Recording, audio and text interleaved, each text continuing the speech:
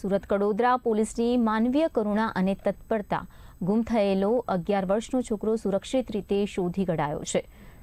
ચલથાણથી ગુમ થયેલો આશીષ મહારાજના સોનગઢ સ્ટેશન પરથી મળી આવ્યો છે। પોલીસે 100થી વધુ સીસીટીવી ફૂટેજની તપાસ કરી હતી।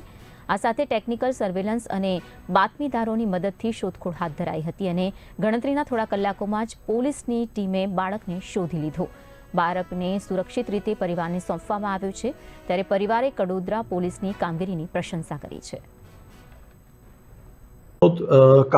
ગઈકાલે કડોદરા પોલીસ સ્ટેશન વિસ્તારના ચલથાણ ગામમાં આવેલ આશીષનગર સોસાયટીમાં રહેનાર રામભાઈ કરીને અરજદાર છે। તેઓ કાલે સાંજે કડોદરા પોલીસ સ્ટેશન આવેલા અને તેઓએ જણાવેલું કે તેઓનો પુત્ર આજ બપોરે 1-1:30 વાગ્યાના અરસામાં ક્યાંય જતો રહેલો છે।